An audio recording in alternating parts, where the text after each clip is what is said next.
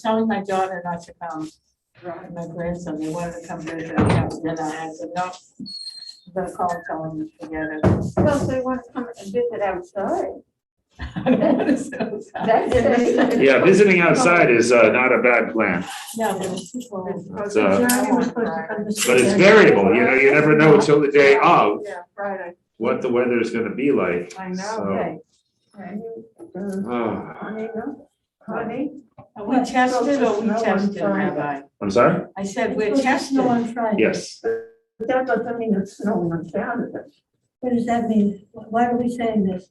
We weren't gonna go on Friday. Oh, okay. We were gonna go on Wednesday. Only a teacher. I'm confused. I wanna go to Stop and Shop. I have no food. Yeah, you still have to get food, you still, I mean, all, you know, it's, I think that this is, you know, this is the reality. If you can't go, Wait a minute, nobody's and saying you this. want to do an online order, I can help you with that. You mean Peapod or something like that? Yeah, Peapod or Instacart, Instacart. yeah, there's, you know, Yeah, and, I'm glad to do it with you. and I've never done Peapod or Instacart, but I've heard good things from the people who do it. I do Instacart. So, and they're fine. yeah, They're fine. Yeah, it's, They came yesterday, they were great. and what my sources say is that you're less likely to buy stuff you don't need.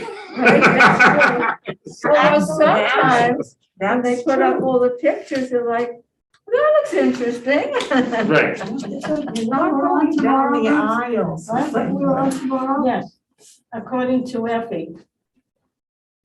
all right, good, so so I have up on the screen, I have Parashat Bo, because that's the one that we're reading this week, but I'm aware that the last couple of weeks, we've, 2 weeks ago was a party over at Cohen, so I wasn't here, and last week, or that maybe that was, I forget, and then last week we had something, so we got knocked off our rhythm, so I have up on the screen Parashat Bo, which, as I said, is this week's Parsha, but if people wanted to just sort of reflect, if they've been listening to the Parsha at Shul, or if they've read the Parsha at home, and there was a particular part of it that you'd like to focus on, we certainly can do that.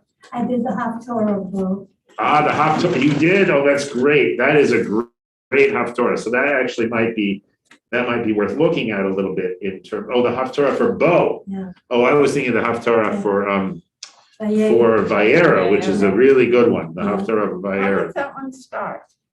Oh, I don't remember off the only thing whenever I think of the Haftarah for Vayera, I always think of Pharaoh, right, saying the Nile is mine, I made it. Right, which I think is just an amazing sort of a thing, because it sounds like so many people in one of our political parties, you know, who have this sort of idea that they made everything. Right. Yeah. I just want Hakmat Makeh, who he got. Okay, could I be. don't know which one. Yeah, so we can certainly look at that. Okay. But I think, you know, one of the things about, you know, this year in particular that it doesn't always happen, right? That the secular New Year coincides with these parshas. And it is really interesting, I think, to think about, you know, what happened over the course of the year of 2021, right? Such a crazy, crazy year.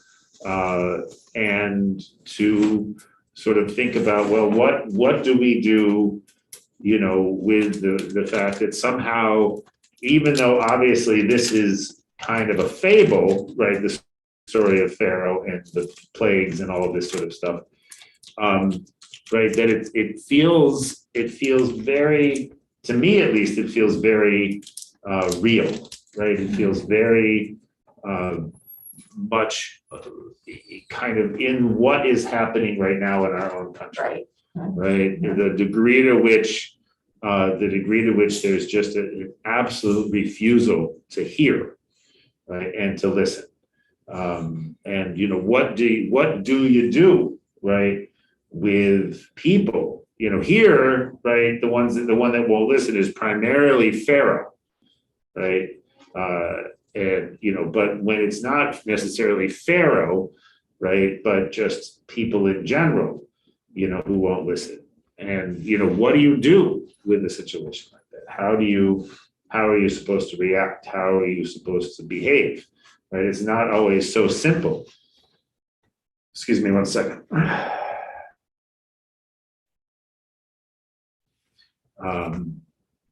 That was my son. I don't know what he wants.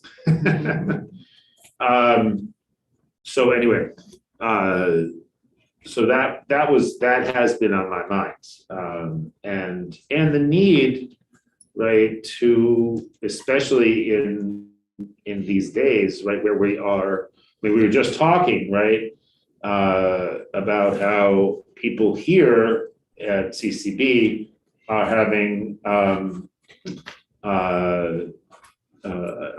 are catching, right? We have six members of our staff, right, who have caught, right, and the answer, right, at least in that letter that James sent around, right, was that we should not necessarily gather with one another, not necessarily sit together, right? And if we do, you know, obviously we need to have our masks on, and we need to be, you know, take care of ourselves and take care of each other, and that's, you know, that's absolutely true. But just the prospect, right, of not being together, right, the prospect of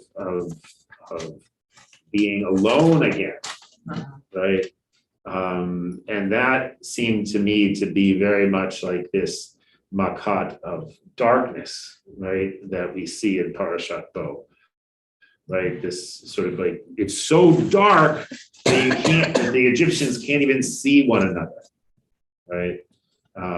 And so obviously that's not literally true for us, right? Whether it's literally true in the Torah or not, you know, it's not a question, right? But what's literally true for us, right? That when things get so dark that we can't see each other, right?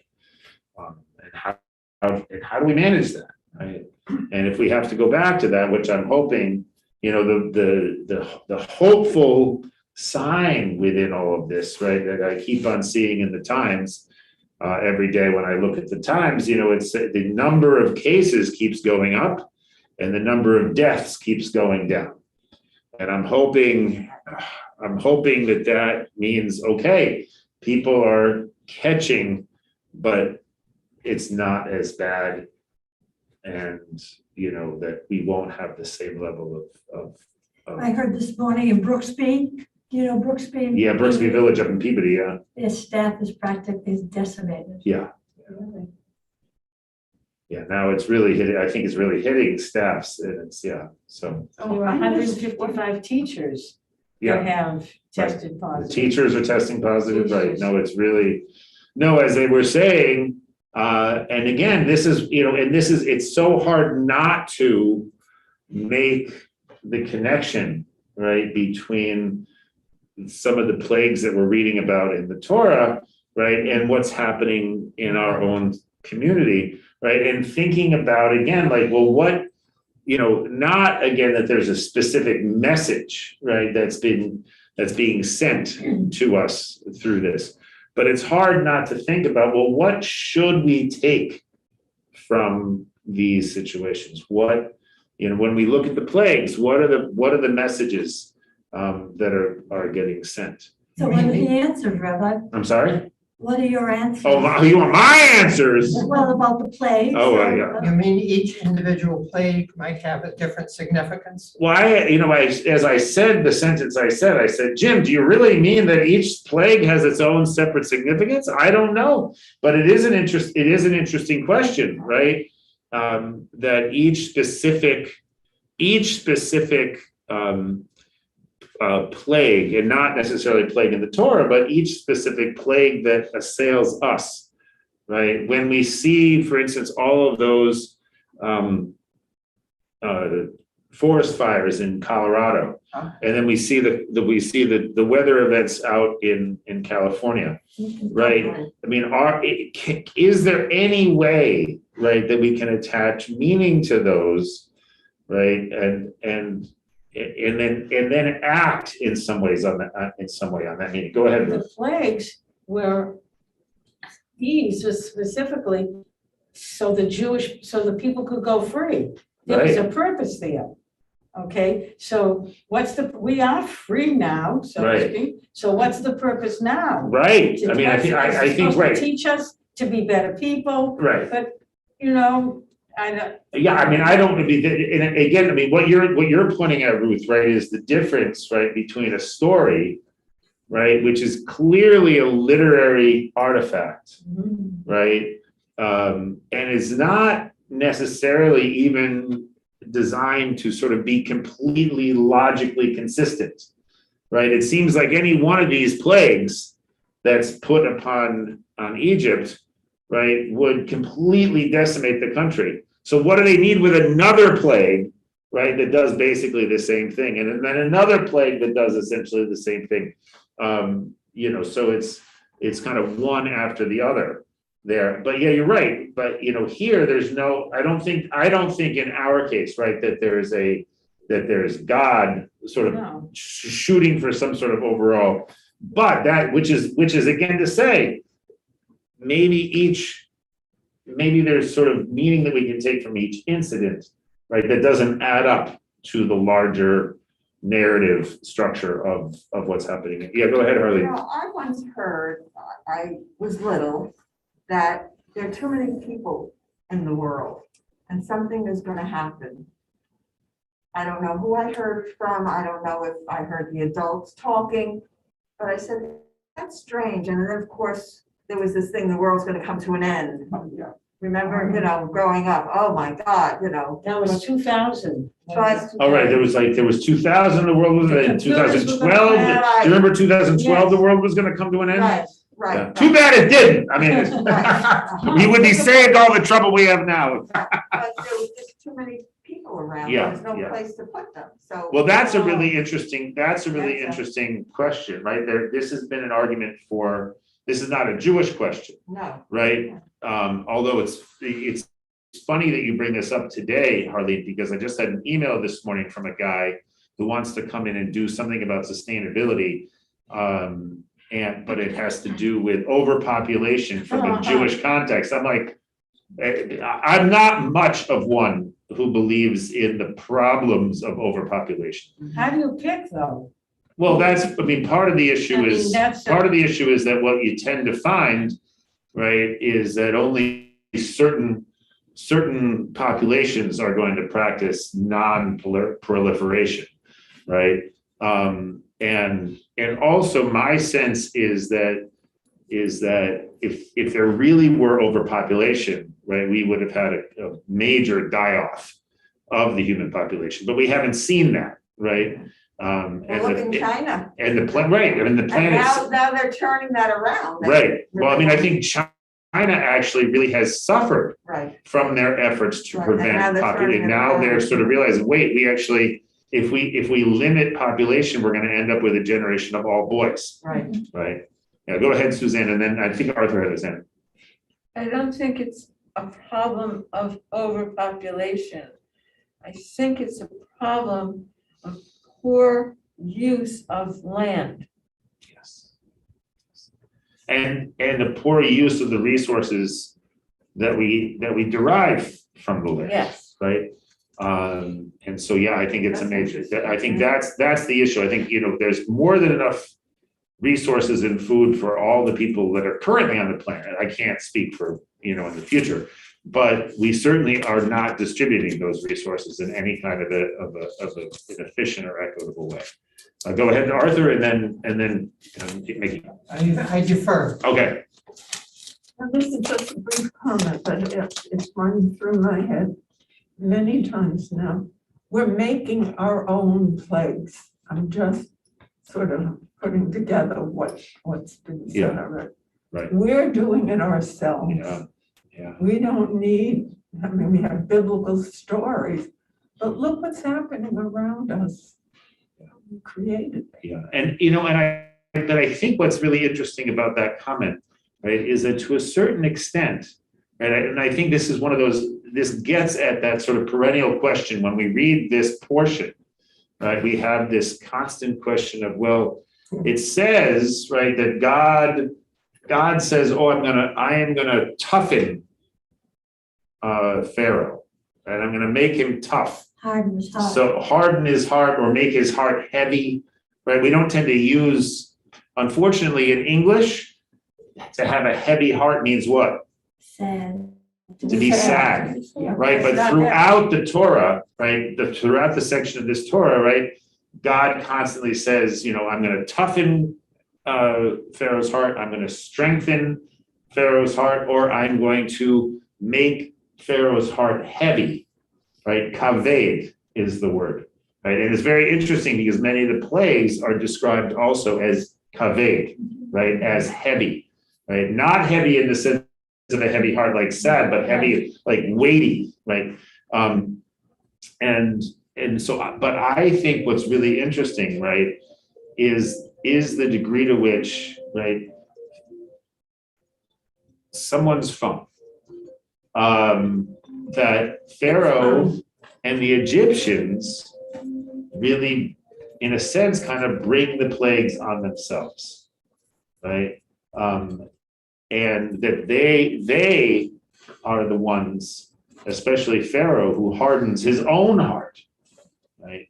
And then eventually, right, he hardens his heart so successfully that that's just the way it is, right?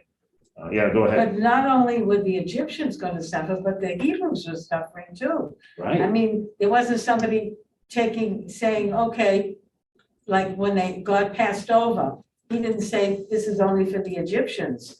Everybody, well, that's was really, living you're pointing to something that's really, really important, I think, Ruth, in this whole narrative of the plagues and the, what right? happened to the Jews? The first thing, right, to say is that God several times, right, will make the point explicitly that this plague is not going to touch the Hebrews in Goshen. So the darkness, for instance, right, the darkness did not affect did not affect the Israelites, right?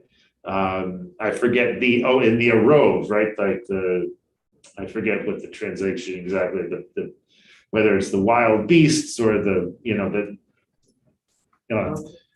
that these are not going to affect the Israelites. It's only going to affect the Egyptians. On the other hand, right, the Israelites are not very good at listening either, right? Remember what kind of a people are we?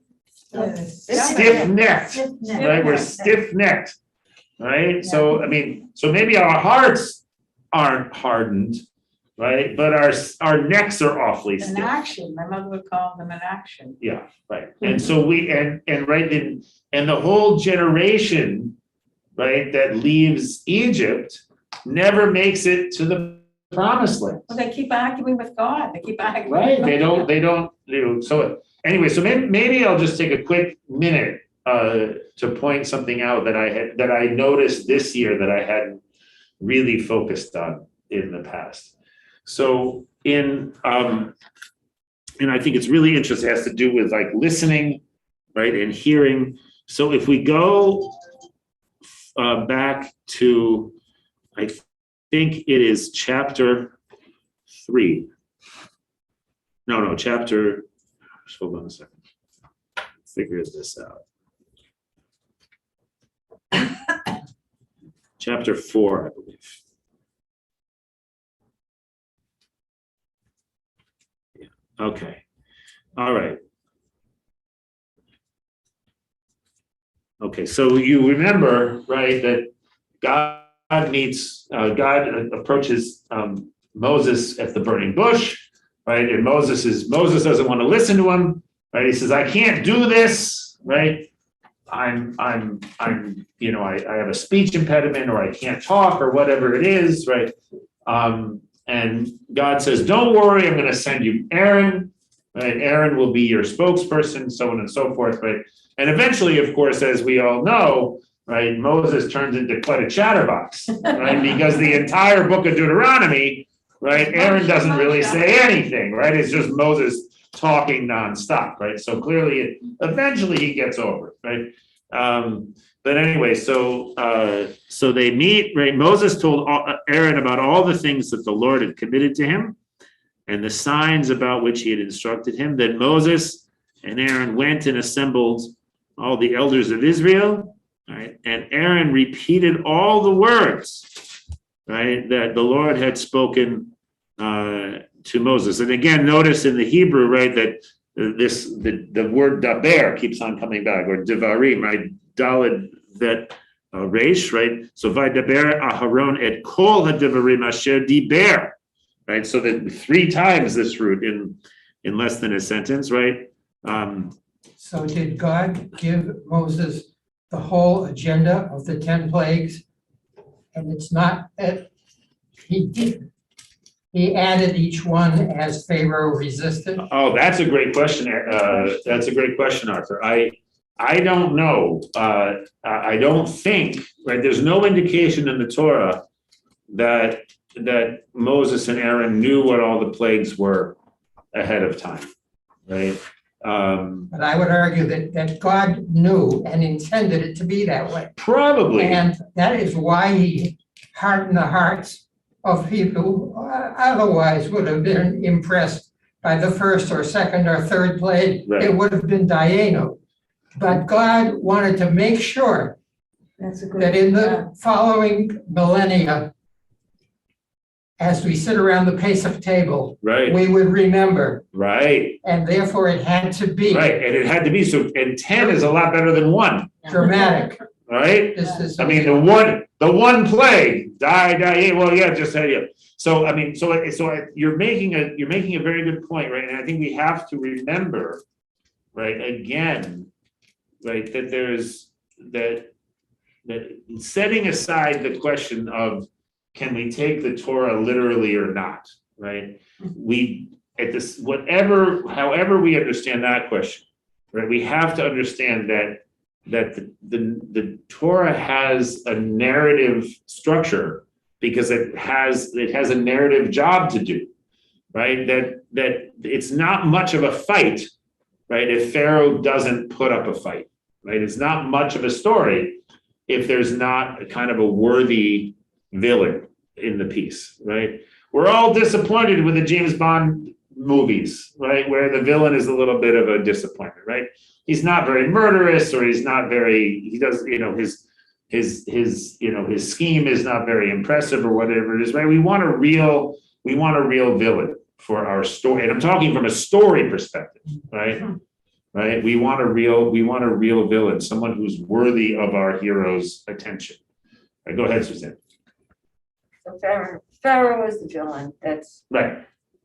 I think the plagues were partly happened because the Israelites needed to realize that God was the powerful one. Yeah.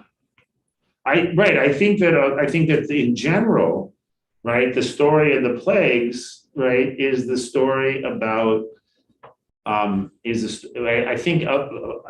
there's many meanings, of course, that you can take from the stories of the plagues, but from this perspective, right, from this angle, right, that we're talking about it now, right, yes, it's important to sort of understand the power of God, right, the power of God, and to have a story, right, that's really going to be memorable about, so that when we're around the Pesach table, right, we can count out these plagues, right?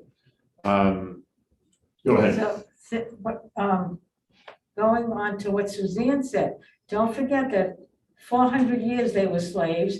Pharaoh was the big head of everything. What he said went, and all of a sudden, here comes this Hebrew, and is telling him, this God said something. Right. So everybody had to be convinced. Moshe, Right. I think as it went along, not just the Jewish people, but Moshe too had to be convinced. Right. Well, this is where So it was everybody right. in that whole era needed convincing that what God said, what he was gonna do, he Right. was gonna do. Right, and I think again, like it's also really important, it's hard sometimes for us to remember, right? Because we think, when we focus on the story of the Exodus, right, we tend to focus on Pharaoh and the way Pharaoh doesn't listen, right? We don't always completely focus on the fact that the Israelites were not very receptive to this message either. I think one of the reasons, right, is the way the Torah is written, right? We have a whole sort of set of interactions between Moses and the Israelites, right, before the plagues start. But after the plagues begin, the Israelites kind of fade from the picture, except for when God says, and I'm not going to put this one on the Israelites. Right? Hello? But to get at what people were saying, right here, so Aaron repeated all these words, right, and he performed the signs in the sight of the people. Vaya amen, right? Vaya amen, ha'am, right? So the translation here is, and the people were convinced, right? Amen. But what does amen mean? It means amen. that like the end of the amen? prayer. Like amen, right? Like We agree. I agree. like Yeah. or we believe. I Right? never thought of it as, Yeah.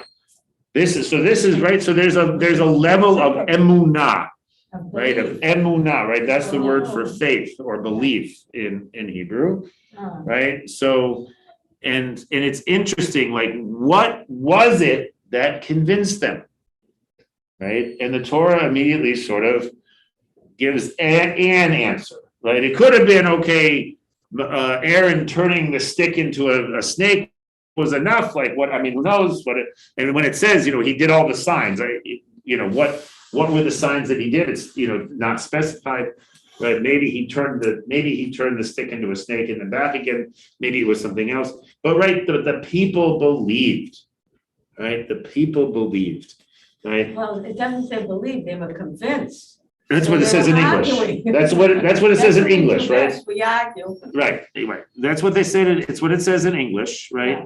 And more than that, what do they do after they are convinced? They listened, Yeah. right? Vayishma'u ki fakad Adonai et b'nei Yisrael v'chi ra'ah, right? Onyam vayikdu vayishtachavu, right? So, and they heard, right? Here they translate it, here they make it into a subordinate clause, fine, whatever. And when they heard, right, that the Lord, what had the Lord done? The Lord had taken note, right? Had pakad, right? Poked Sarah, right? To take note of Sarah, right?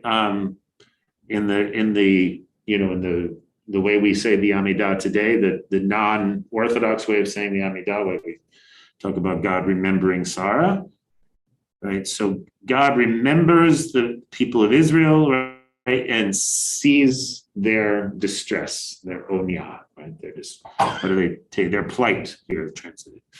All right. So there's something about this reciprocity, right? That's very powerful in this verse, right? That they hear God, right? But what do they hear from God? They hear from God that God saw them, right? That God took note of them, that God is sort of reestablishing the relationship with them, right? And we'll see this a little bit later, right? That God says, I remember my covenant with the ancestors, and I'm sort of renewing that covenant with them now.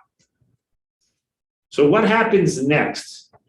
Does anyone know what happened? This is the end of, what did I say? This is the end of chapter 4. So what happens in chapter 5? Does anyone remember? Nothing good. Yeah. Nothing good, right? They go to Pharaoh and Pharaoh says, what? Just what Ruth said. Who is this guy? Yeah. Who is this guy, Hashem? Why should I pay any attention to this guy, Hashem? And then what does Pharaoh say when he rejects the notion that the people should go? he makes it worse. Right? He makes it worse. Yeah, For the they have to, Israelites. can't get. They what can't need to have, make they, their bricks. they can't have, whatever it means to have straws to make bricks, they can't Right. have straw, or they have to get their own straw, or whatever it is, right? Their lives get harder. Right. Right? And so, and then, does anyone remember how the Israelites react to that?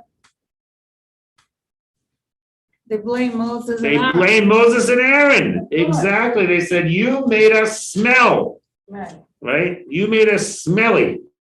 you made it worse for them. You made it worse for us, right? You've given them an axe. I think it was an axe. I forget but you've put something in their hands to murder us. That is what they say. Right? And then and God says, oh, I know. This is tough. And then so Moses goes back to the people, right? And what do they say? They don't believe it. Whatever emunah was Right. there, right, Right. has been lost. Well, why should they? And right, why should they? What do they know, right? Yeah. And it's very interesting because when Moses comes back to him,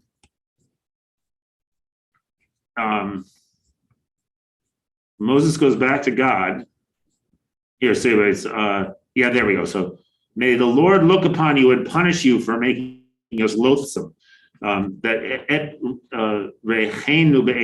You've made us smelly, right?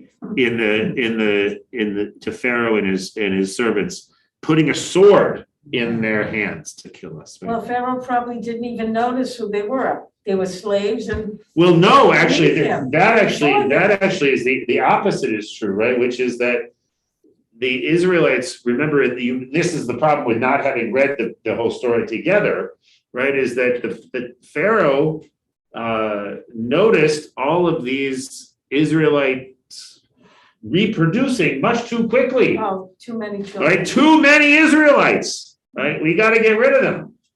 Right, so this is what I said before, right? Pharaoh and the Egyptians, sort of manufacture their own plagues, right? What do they say? It's overpopulation. Right. Whom are we going to get rid of? We're going to get rid of the Israelites, right? And so that sort of starts the whole thing in motion, right? Why does Moses get sent down the river, right, to be found by the daughter of Pharaoh? Because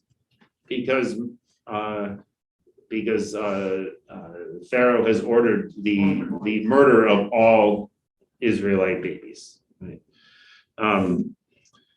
Isn't it gonna disrupt the economy?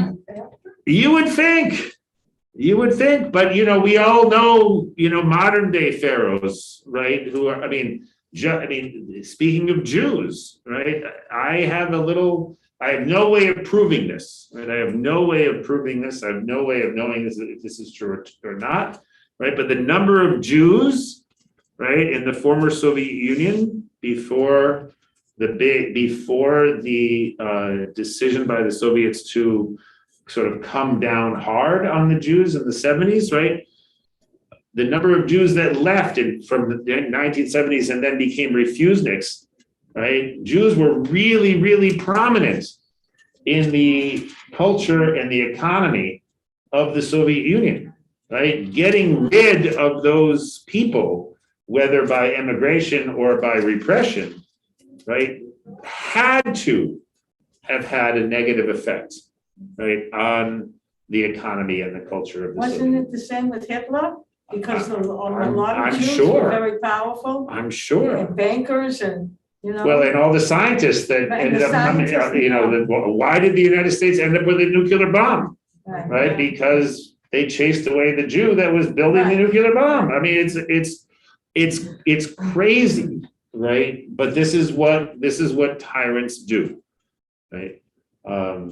This is the whole we don't know Joseph situation, right? Joseph, whether we agree with the way he did it or he didn't, or we don't agree with it, right? Joseph was the one that saved Egypt from the famine, right, in the book of Genesis. If you forget that, right, you're going to forget a lot of other things. Well, in essence, Joseph's brothers' hearts were hardened against him, if you want to go that way. Right. So go ahead, Suzanne. Scroll back to 22. Yeah, sure. Maybe. There we go. No, one more. One more, sorry. Right, okay. So Pharaoh owned the Israelites in that they looked up to him. He was their leader. It was a cult. And Pharaoh manipulated them and they looked up to him and he owned them. And that's what that says. Yeah, For making us loathsome to Pharaoh. right. Like we want to look good to our cultic leader. We want to look good to the person who oppresses us, right? We don't know anything about that in this country, right? We want to look up to the people, the person who manipulates us. Right, exactly. I mean, that is like a definition of the Republican Party right now, right? It's, and I say that not as a partisan, right? I say that as just an observer. Yeah, go ahead, Connie. With the role of the foreman, remember too. Yes, Foremen were Israelites. right, And it reminds me of the Campos in yes, a way.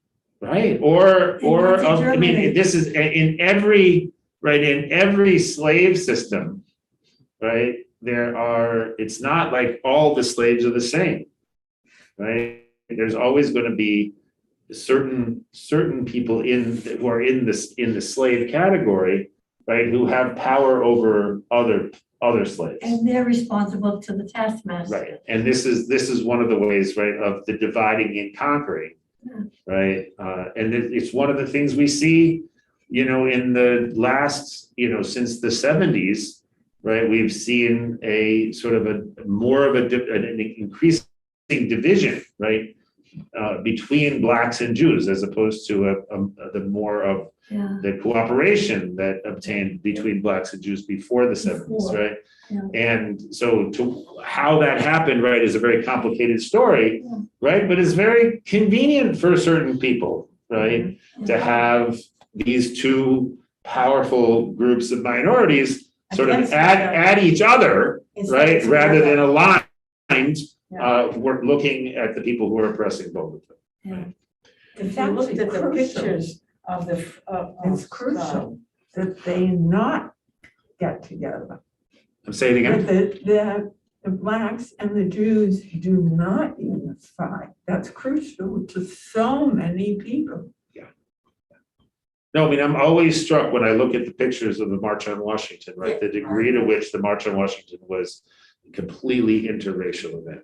And led the front rows, It's a year ago today. led by the prominent rabbis. Yes, right. So many rabbis. Right. So many rabbis. Rabbi Hessel. Yes. Right in the front. And Rabbi Prince, Yes. right, who spoke. So it's, so anyway, but to get on with this, right, and Moses, of course, is upset with God. He's like, wait, you sent me and now things are worse. What is going on? Right, so what does Moses say, right? God says, look, don't worry, right, this is thus and such is going to happen. We have this whole business in Vayera about remembering the ancestors, which we're not going to get into now, right? But Vaydaber Moshe ken el bnei, God has said, I remember my covenant. I'm going to bring my heavy hand down on Pharaoh. Everything is going to be fine, right? Vaydaber, right? That same word. Moshe ken el bnei Yisrael v'lo shama'u, and they couldn't hear, right? They didn't listen, right? Before they heard that God had remembered them, right, and had seen their plight. Now they can't. They either won't or they can't. They can't hear it, right? Why? Right? Mikotzer ruach avodah kasha, right? From crushed spirits and cruel bondage. Go ahead. What's the difference between Vayidaber Moshe, Vayomer Moshe? Is one strong, I mean, they basically mean the same. They basically Is mean, one they basically mean, difference in the sentencing? that's I'm sure there's some differences There's between them, something, but I can't say off the top of my head what the difference is. Yeah. I mean, I think very often it's, Vayomer is more general, right? You see it more often. I think when it's Vaydaber, somehow it's marked in some way that I can't say anything much more than that. But I just think that it was, Aaron Vaydaber in that last case, right? And then here's the Vaydaber, so it's like a little bit of an echo. Okay. Right? And then Moses, right, so they wouldn't listen, right? And then God says, go talk to Pharaoh, right? And what does Moses say? Moses says, the Israelites wouldn't listen to me. Why would Pharaoh? Why would Pharaoh? Hmm. Right? And the rabbis love this, right? Not because of what Moses is saying, but because this is a classic, what we call a kal v'chomer, right? A light to a heavy. Right, so if this isn't the case, right, how could that be the case, right? You would imagine, right, that my own people would listen to me, right? But if they won't listen to me, then why would the ruler of the other group listen to me? So, and this is a very common way that the rabbis do their reasoning is from in Latin, it's a fortiori, right? From the weak to the strong. All right. But anyway, but the point here, right, is that the Israelites are not listening, right? And Moses says this to God, and what does God say? God completely ignores it. Right? He says, you're gonna go and talk to Pharaoh. Now the rabbis actually go ahead. Is this speaking to both Moses and Aaron? Yeah. Is that a new thing coming up in this? Well, actually, it's really interesting. It kind of goes back and forth, right? It has to do with this question of Moses's hesitation, right, to take on the role of the prophet. Right? He's willing to listen to God, but he feels like he can't speak to the people. And so God. So there are certain times when Moses is spoken to, and then Moses fills in Aaron. Right? We saw that previously. Right? There are other times when God speaks directly to both of them, and then there are a few times where God speaks directly to Aaron. It's fairly rare, but it does happen. Right. So I think that, and that's a whole other theme, right, in the Torah, having to do with the whole theme in Genesis where the firstborn versus the younger son. Who's the younger son in this case? Aaron. No, Moses. Moses is 80 years old when all this happens. Aaron is 83. Right, so part of what the rabbis make hay from this, right, is to say, Moses was just being a good younger brother. He wasn't gonna usurp, Aaron's role as the older brother. I mean, the rabbis twist themselves into knots about all this stuff. But again, so I don't want to get too deeply into it. Do you think that Moses also had to be convinced who God was and how powerful? I mean, all of a sudden, God's talking to him? If he's 83 and he just met God? It's an interesting question. I mean, it seems to me that there is I do think, right, I have a sense that there's a lot more here in the Torah about faith and what the role of faith is than I have sort of noticed before. When is the burning bush in regard to what we're talking This is about right now? burning bush was one of the first things that happens. Way back, behind, right? years In back. chapter 3, I believe. Yeah. In chapter 3, and it's very interesting, right? Because to track this use of the word. So basically, what I'm trying to get at, and I want to get to it because I'm afraid of the timing. Right? What I want to get at, right, is that this emunah, right, this word amen, right, disappears. Right? And so, in a sense, right, everything that happens here is on one hand, right, a kind of an attempt by God to get back to that place of emunah, right? But at the same time, right, everything that happens, everything the Israelites do from this point until they cross the Red Sea, or the Sea of Reeds, depending on what you like to say, right? Everything they do has to be done without this emunah. Right? They're acting despite the fact that they don't have complete faith, which I think is really, really interesting. So because what happens next, right, is we have the whole series of plagues, which we're not going to talk about in any detail right now, right? But at no point does it talk about how the Israelites saw that this was happening and they had great faith in God. They're kind of not part of the story during the plagues, except, as I said, as God sort of makes the point, like, oh, it's not going to happen to the Israelites. And there's actually a great midrash that someone told me about, I want to look it up, that says that when the Nile turned to blood, right, that the Israelites were actually able to take water from the Nile and it wouldn't be blood, right? Whereas the Egyptians, if they tried to take water from the Nile, right, they were picking up blood, right? And the Egyptians and the Israelites realized that if Israelites and Egyptians drank from the same pitcher of water, it wouldn't be blood for either of them.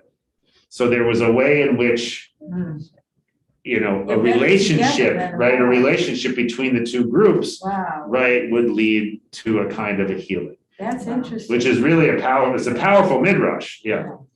I have to I don't know that it actually exists. Someone told me about this, but even if the rabbis didn't write it, whoever wrote a powerful midrash. So if everybody ate kosher food, then Jews and non-Jews could eat together. Well, I mean, that's one of the reasons why it's such a striking midrash, right? Is because, right, one of the points of kashrut, right, is to avoid mixed dancing, right? If you don't eat together, you're not going to dance together, right? And if you don't dance together, you're not going to get married to one another. Right? So, but I think that the whole question of tribalism for Jews is much more complicated than we give it credit for. Right? I think that it's that it's interesting, right? That Jews have had to thrive in whatever community, right, they end up living in, right, and inevitably, right, Jews mix. Trying to blend in. There's a certain amount of connections, right, with the surrounding communities, right. There's always going to be a core, right, of Jews who don't mix at all, and there's always going to be sort of the outer fringes of the community that doesn't really have any boundaries at all, vis-a-vis the larger community. But there's always going to also be that sort of all the places in between, right. All right, anyway, so the next time, right, the next time that we see that word, as far as I know, I don't want to get too definitive about this because I've read this quickly, read through the book quickly, but I didn't have a concordance to confirm what my reading, but what I sort of realized, the next time that we see that verb is here. Let me see, I'm going to go to it. I'm sorry. This is the problem with reading the book this way on the screen.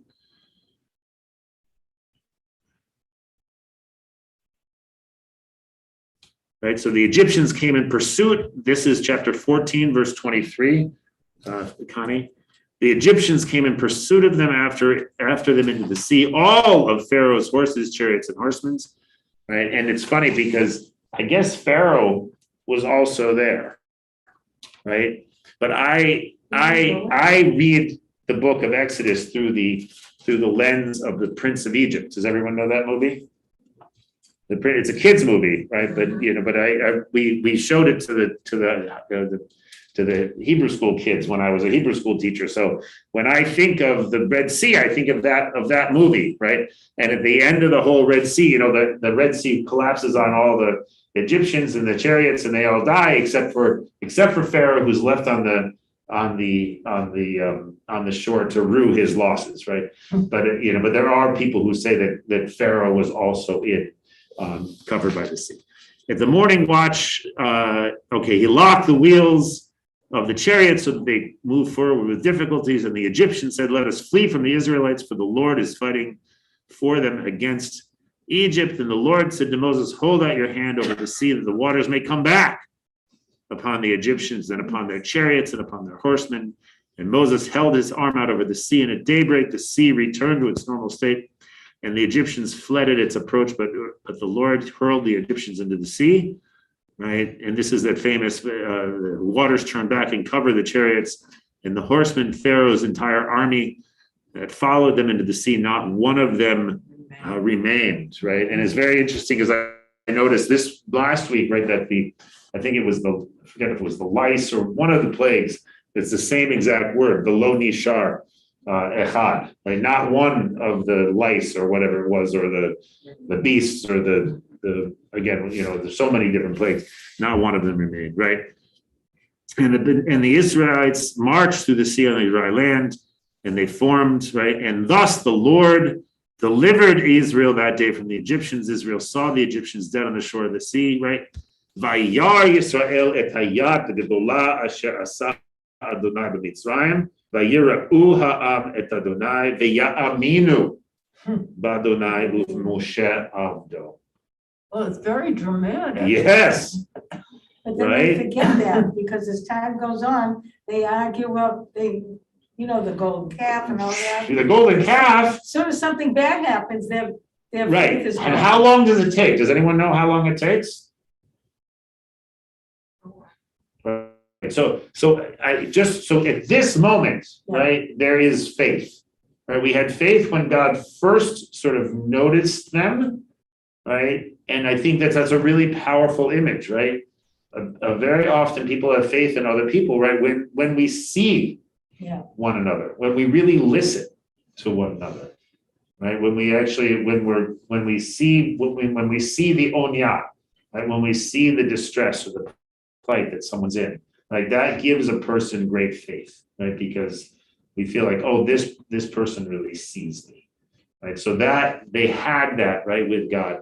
And then things got bad again, and that emunah kind of dispersed. But it's very important to know, right, that even without that emunah shalema, right, even without that full entire faith, right, the Israelites got out of Egypt. Right, they did all the things that we're supposed to do for Pesach, right? They made their dough into matzahs, right? And they girded up their loins, and they left Egypt, and they put the blood on the lintel to make sure that their firstborn weren't killed, right? And they did the Pesach korban, right? The korban Pesach, and they did. They went to all the Egyptians and asked for the silver and the gold, right? All the stuff that they were supposed to do, they did, even though there wasn't, right, emunah shlema, right? When did we have emunah shlema? When all the Egyptians are dead. Right. Momentarily. Momentarily, right? Yeah. Go ahead, Susan. We will do. And then we will listen. Right. That's what they did. Yeah. Right. So we have to do, to a certain extent, right, without full faith, right, within just enough faith, right, just enough of an idea that it's worth doing what we need. Go ahead, Connie. But here it infers also that they're completely committed to obedience. Yes. Committed to what? Right, but Committed to obedience. Right. They don't. Right. which is really interesting, right? Maybe just timely. Right. So, and it's very interesting because how long does this last? Not very long. Not very long, right? So what happens, so they had great faith in God. But they see what happened, they see the overwhelming. Right, because there's been a complete and utter defeat of Pharaoh and his army, right? It's like the destruction of the Death Star, right? In Star Wars, right? The Death Star is gone, right? And before we get to the next movie, right, we're just gonna celebrate, right? As soon as the next movie starts, right, everything is back into trouble, right? Because we're normal. Because we're human, right? Because we're human, right? So what we have here, right? We have Shirat Hayam, right? This amazing song of the sea in chapter 15, right? Which we won't go into right now, right? And as soon as the song of the sea is over, we, not even like in the next, this is not even the next chapter, right? We don't even get through all of chapter 15, right? Miriam sings her song, right? We have the song of the sea, and then we have Miriam singing and dancing with the timbrels, right? And then Moses caused Israel to set out from the Sea of Reeds. They went into the wilderness of Shur, and they found no water, and they came to Marah, and they couldn't drink because the water. That's why it was called Marah, because right, Marah is like, right? That's what we call Nomi, right? Don't call me Nomi, call me Marah, right? And the people grumbled, right? Now, God is pretty easygoing in this case, right? Later on, when they grumble about water, God is not so easygoing. But in this case, God is pretty easygoing. But right, it's right away, right? Right away, we have this indication that this emunah shlema is fleeting, right? We only have this for a few moments, right? And because we're human, right? And we go back to doubting, right? We go back to worrying. We go back to a small mind, right? Oh, God bless you. Oh. That is good. I guess it's time to leave, huh? You know what time it is. Oh, you're getting, yeah, okay. He's just letting me know that it's 4:30 and it's time to go. No, that's not it. He's thirsty and he wants some water. There we go. What are we gonna drink? The water here is bitter. It's time for some. Okay, that's all. That's no problem. I get it. So anyway, so that's what I wanted to say about faith, right? Is that it's, and I think that's one of the things where was really meaningful for me this year to think about it in those terms, right? Because it's very easy right now to lose faith, right? Because there's so many challenges in so many parts of our lives, our national life, our personal lives, right? Getting that letter that we got today, the first day of the new year, the first work day of the new year, and James has to write this letter about 6 of our colleagues, and then you're telling me about Brooksby Village, so it's probably only going to get worse, right? And I know that the dining room, the staff in the dining room is getting Omicron, so they have to switch to only delivery now. So that doesn't affect you because you're over here and not there, but still so it's easy, right, amidst all of this stuff, to lose faith. And I think it's hard and probably not even very helpful